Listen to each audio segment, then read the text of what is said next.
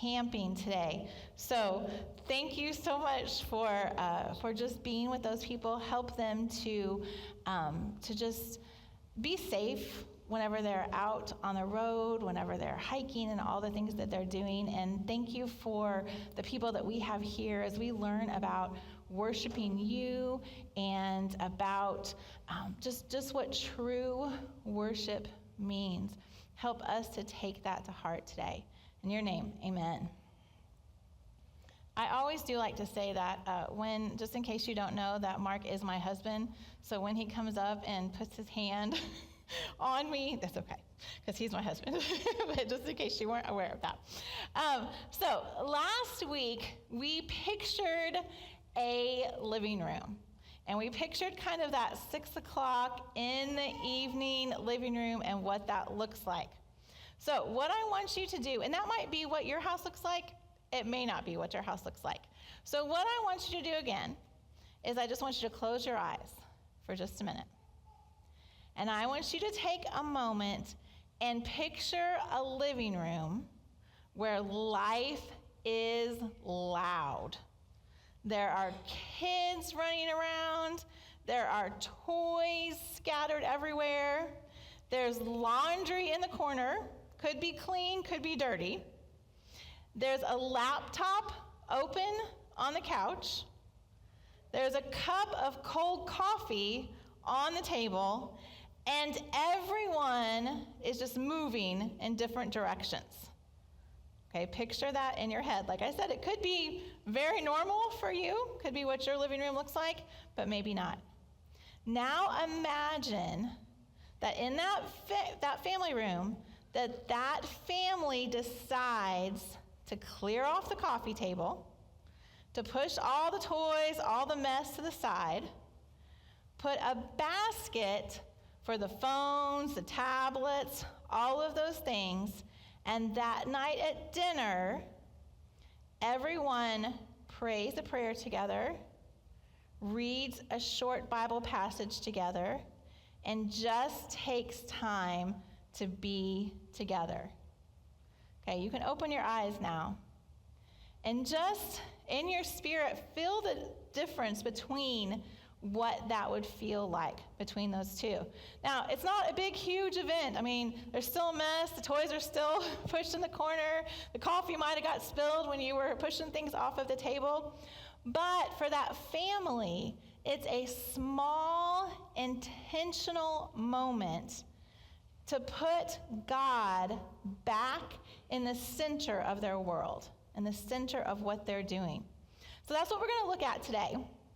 We're going to be looking at 2 Samuel chapter 6, and we're going to be looking at the Ark of the Covenant. And if you've been with us this year, we talked earlier this year about the Ark of the Covenant, but I want to kind of review a little bit about what that is. If you want to pull up that picture really quickly. So the Ark of the Covenant from the Old Testament was the ark that it was kind of a big box. If you guys remember, I'm not sure if we have the picture, but it was kind of a big golden box, and it would have the two angels on the top that was called the mercy seat and some handles to hold it, and that was basically where they would have the presence of God. That was kind of what they would think of. For us, the presence of God lives within us, and he's wherever we go. But at this time in the Old Testament, they would see the presence of the God kind of captured in this box.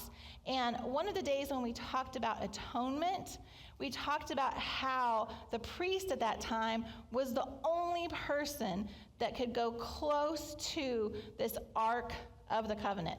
If you're an Indiana Jones fan, you kind of know maybe a little bit about, that's not necessarily biblical, but that's the same idea of this Ark of the Covenant. So this is where the presence of the Lord was. This is kind of their center of worship. Now at this time, the Ark had been taken by the Philistines. So we talked about that fight with Goliath. That was the Philistines. They had been fighting, and the Philistines took this Ark away and kept it. So it was kind of like they were taking the presence of God away.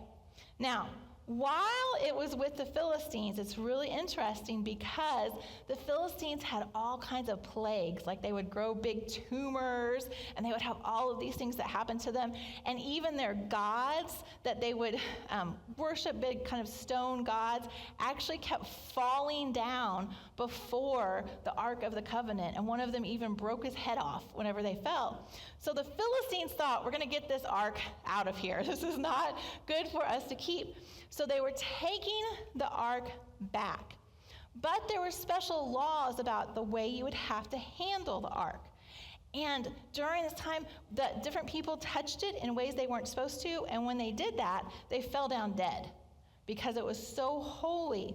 So people were kind of a little bit, they were in awe of the ark because it was the presence of God, but they were also a little scared of the ark too because of what had happened to people. And so the ark, it was back in Israel, but it was at the house of a man named Abinadab. And so for years, that's where it had been. It had just been kind of almost forgotten, put away at Abinadab's house, kind of almost like out of sight, out of mind, just kind of in the way. So as you know, as a church, we have been reading the Bible together. And we've been reading over the past, probably 3 or 4 weeks, all about David and how he became king. This last week, we read about his sons and some things that had happened. Today, we're going to look at David as king, and he realized how far Israel had gotten from God. And he was thinking that we don't have the presence of God. This Ark of the Covenant that was so important to our forefathers has been gone. And so he decided to bring this Ark back to the center, back to Jerusalem. And that's what we're going to talk about today. I wanted to kind of give you that backstory so you knew what had happened. So we're going to start right as David brings this Ark back in. Now, if you are elderly like me, a Gen Xer, the beginning of this is going to remind you of a certain 80s movie. And just go with it, because it's all about dancing. That's what we're going to talk about today. It's some worship with some dancing. So we're going to be looking at 2 Samuel chapter 6. We're going to look at verses 14 to 22. And David danced before the Lord with all his might, wearing a priestly garment. So David and all the people of Israel brought up the ark of the Lord with shouts of joy and the blowing of the ram's horn. But as the ark of the Lord entered the city of David, Michal, the daughter of Saul, who was actually also, if you remember, that's actually one of David's wives too, looked down from her window. When she saw King David leaping and dancing before the Lord, she was filled with contempt for him. They brought the ark of the Lord and set it in its place inside the special tent David had prepared for it. And David sacrificed burnt offerings and peace offerings to the Lord. When he had finished his sacrifices, David blessed the people in the name of the Lord of heaven's armies. Then he gave to every Israelite man and woman in the crowd a loaf of bread, a cake of dates, and a cake of raisins. Then all the people returned to their homes. When David returned to his home to bless his own family, Michal, the daughter of Saul, came out to meet him. And I love this interaction. She said in disgust, "How distinguished the king of Israel looked today, shamelessly exposing himself to the servant girls like any other vulgar person might do." Now we're going to pause right there for a minute because it said that he was in the priestly garments.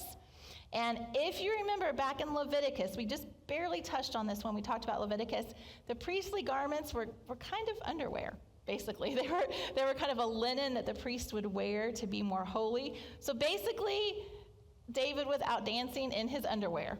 And so that's what she's saying. And she's being, we don't like her tone, but I like the way that the Bible shows what her tone is. She's just like, you were out there dancing in your underwear in front of all these servant girls, because remember, she's his wife. David retorted to Michal, I was dancing before the Lord, who chose me above your father and all his family. I feel like I'm getting a little head nod in here. I'm not sure if David did that, but I love that he's like, yeah, I'm the king, and your father is not. He appointed me as leader of Israel, the people of the Lord. So I celebrate before the Lord.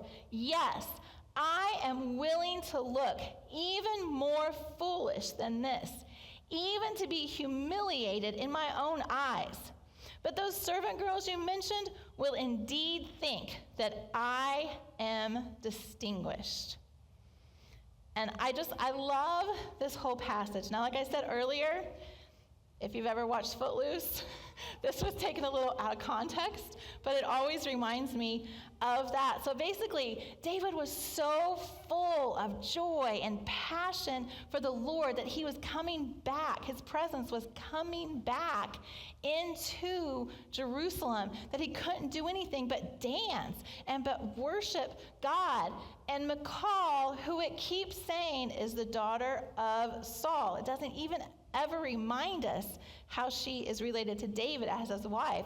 Just keeps relating her to Saul. Just thinks, oh, you're the king. Why are you out dancing like that? You're supposed to be, distinguished. Why are you looking like that?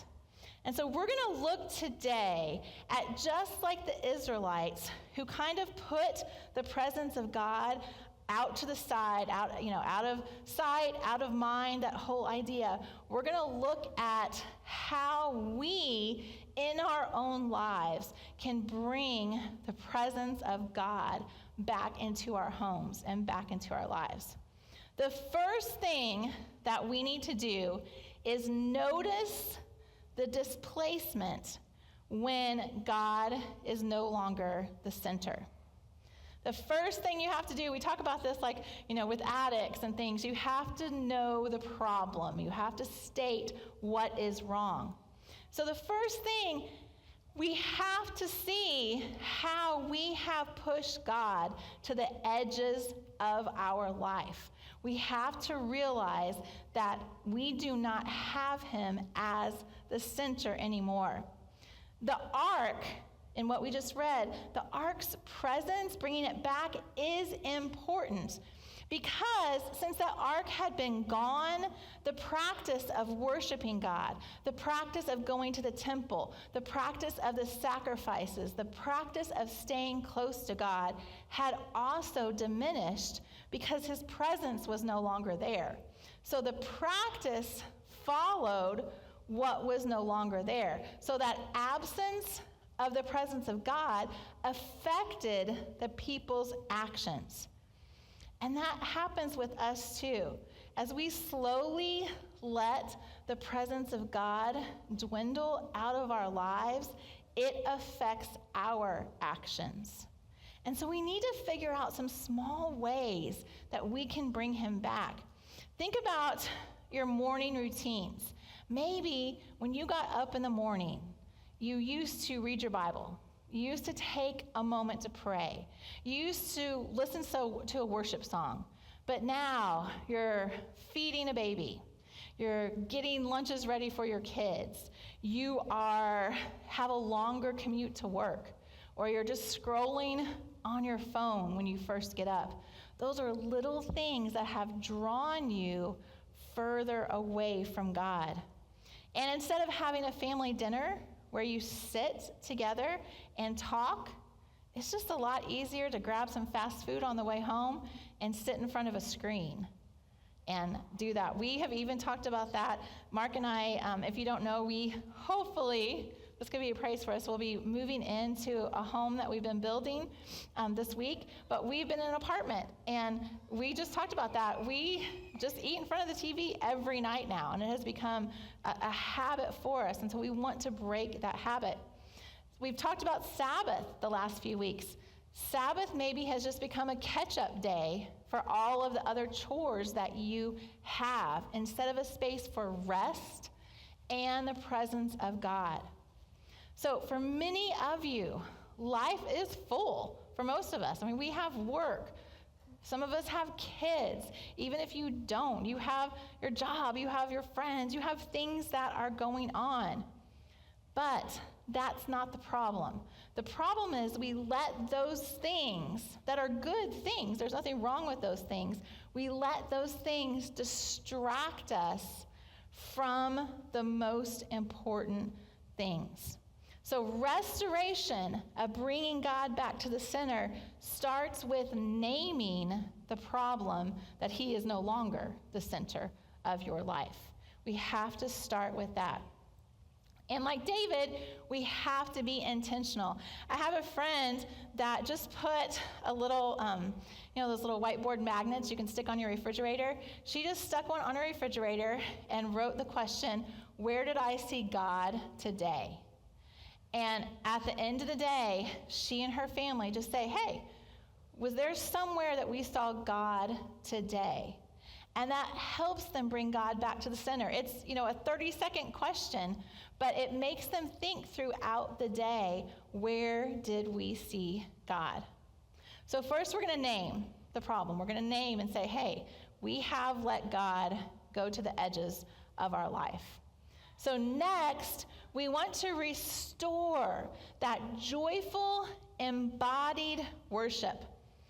When the ark came back to Jerusalem, David didn't have some big special ceremony, that had all these liturgies, had, candles, had all this, I just imagine like monks in the background kind of thing. There wasn't any kind of dignified ceremony when the ark came back. There was dancing, there was singing, there was yelling, there was joy. And that's because worship, true worship, is meant to be expressed with your heart. We've talked about this, I think maybe the last month. Every single message that I brought to you, we've talked about just that change in your heart. To be able to see where my heart is going this direction, but I want the posture of my heart to be going towards God. So it's a change in the posture of your heart. Now, there are a few key ways that we can bring about this restoration of worship. And the first one looking at it is it's public and it's visible. David led publicly. Everybody saw what he was doing. He didn't do a private devotion in his house and not tell anyone about it. He modeled the celebration.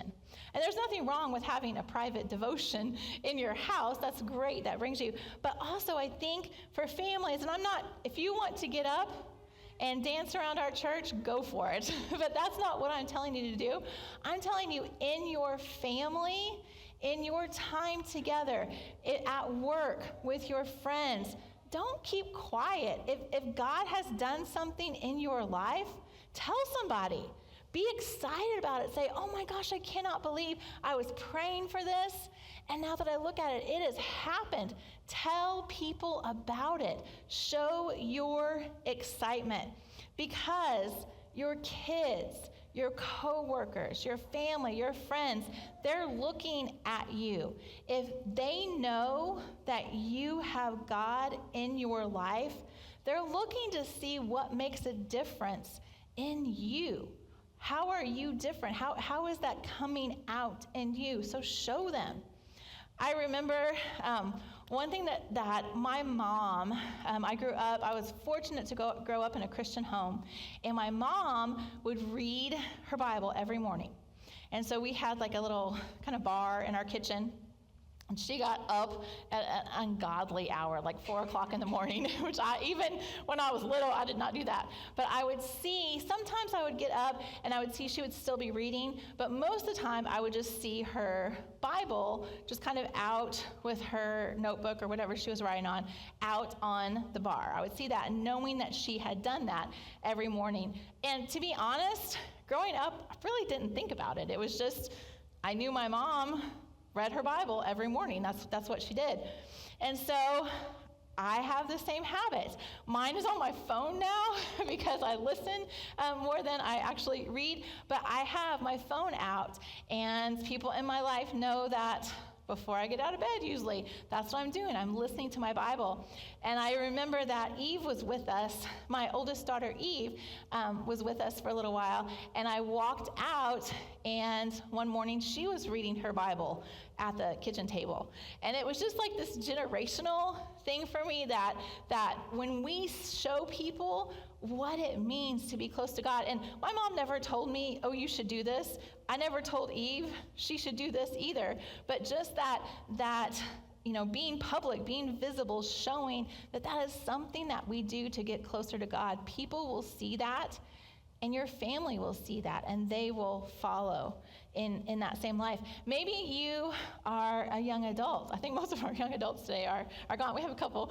They're all in Cincinnati or different. Yeah, sorry. I was thinking of ones without family. You're still young. Sorry.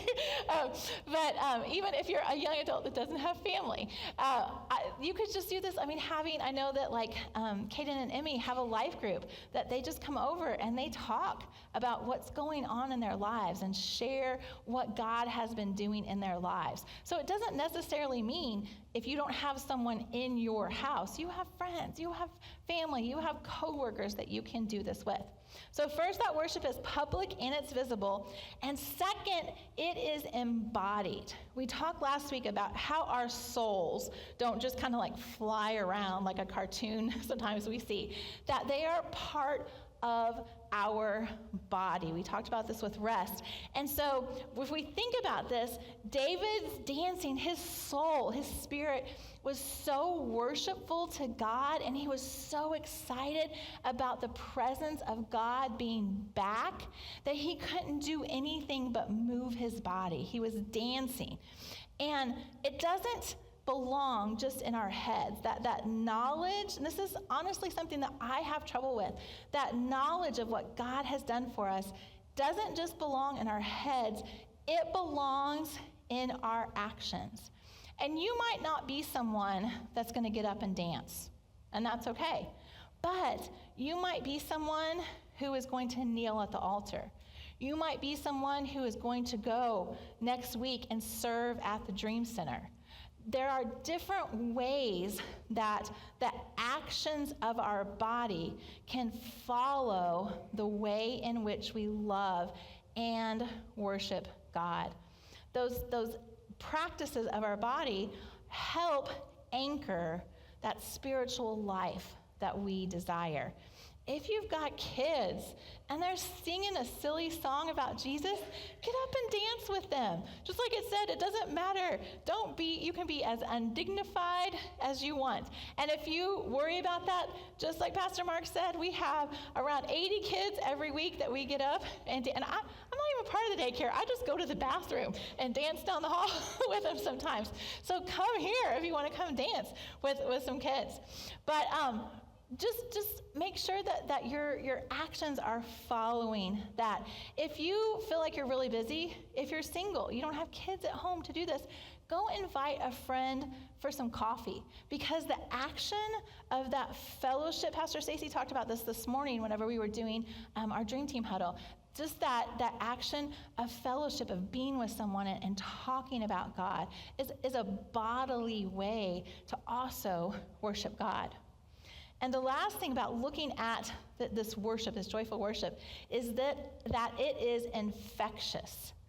The text that we just read said all the houses of Israel were there. They all went back and they all celebrated. So worship draws people in. And we're not talking about drawing people in like having a mega church. We're talking about drawing people into the presence of God and to the worship of God and to the joy of following him. You may have been around some people, especially social media right now is a mess, but people arguing about God and what, politics and all of the stuff right now. But if you show pure, undignified, loving joy in your worship, people will follow that, and they will be, sounds weird, they will be infected by that. They will want to be part of that with you. And we just need to do that honestly. So after we notice and we call out that we have put God out of the center, he's not the main part of our lives, and then we start to look at ways to restore that joyful worship, the last thing we're going to do is we're going to reorder. We're going to make some structural changes to make sure that we keep God central in our lives. So restoration is, it's kind of like with anything. We talked about this with addicts earlier. You can do anything for a short time. So you can go home. I remember growing up, going to church camp, and there was always, if you ever went to church camp, there was always like that Thursday night where everybody came to the altar and everybody was like on this high, and you'd go back, and for 3 weeks, everybody in your youth group was all excited and happy and ready to follow God. And then school started, and you had to wait till the next summer before you got close to God again. So when we do that, we need to make sure that we have some changes in our life to keep this going. So David's action, what he did is when he brought the ark back, then he made sure that they were going back. And we can read through that again, that he started making sacrifices again. He had that special tent. He had times of worship, all of those times to make sure that this was restored. So thinking about just our modern lives, thinking about your own home, your own family, what would this look like in your own family?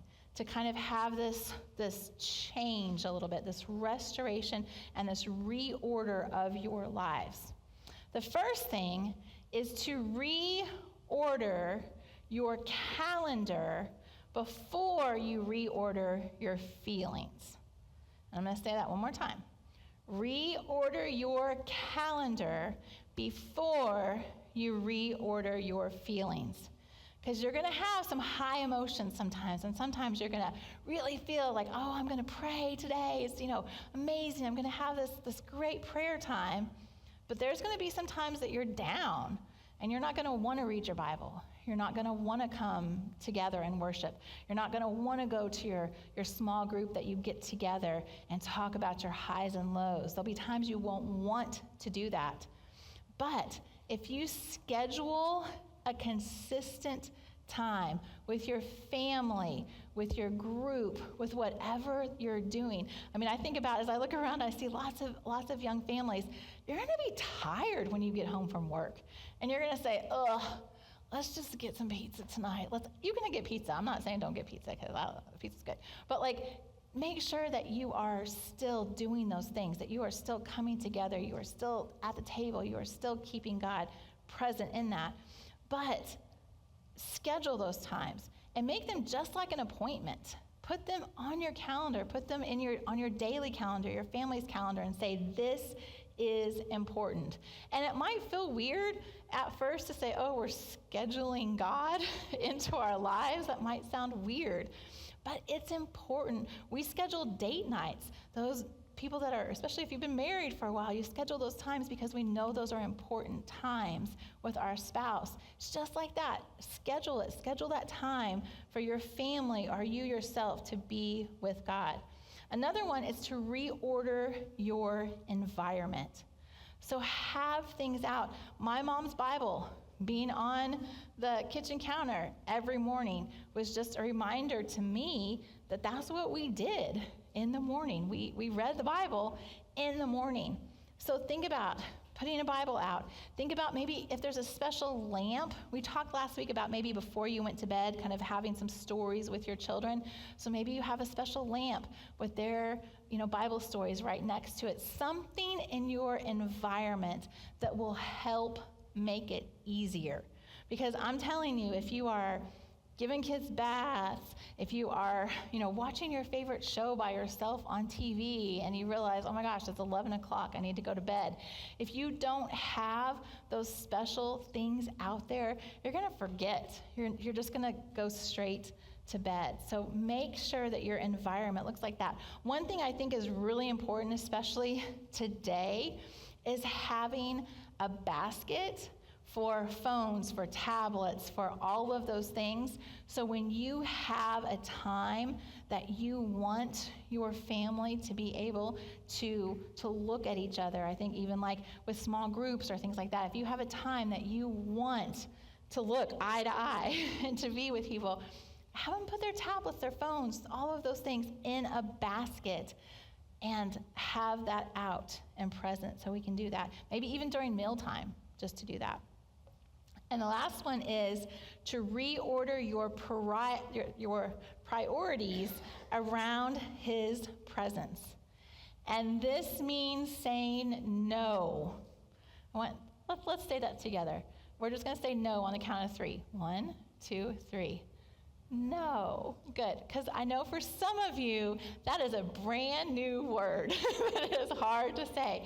But sometimes we need to say no to things that are good, the things that we maybe want to be involved in, to be able to do the things that are important. If you are raising little kids right now, if you are getting a new job, if you are newly married, if you have all of these things going on, it's not the time to get deeper into something else. Make time to have God a priority. Maybe it's time to trim one family thing away. I know this is being recorded, but they're not going to hear it.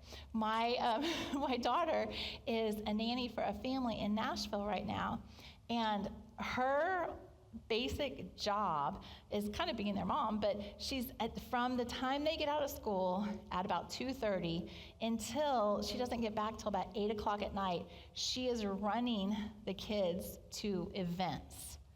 And I know one of the girls talked to her about like needing to do schoolwork and needing to do things and not having time to do that. Now, obviously, God is more important than the schoolwork, but think about your life. Like, are you just running yourself ragged? Are you running your kids ragged? Are you doing all these things that none of those things are bad?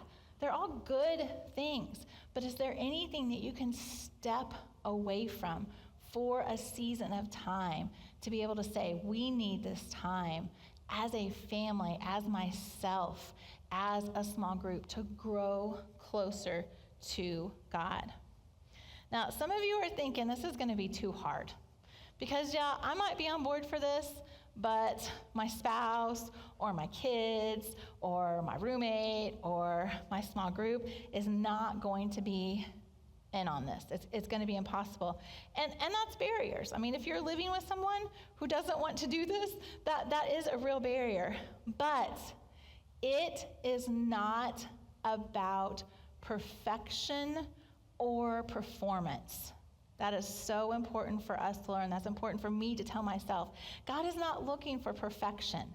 And he's not just looking for our performance to make this a checkoff list. What he's looking for is our intention and our faithfulness of doing little things each day to get closer to him. If you feel really tired one day at the end of this, just take a few minutes and have some silence, have some breathing time, have some silent prayer. If you fall asleep during prayer, it's okay, because you're falling asleep praying rather than falling asleep scrolling with your phone falling on your face when you fall asleep. It's okay. It's not about perfection.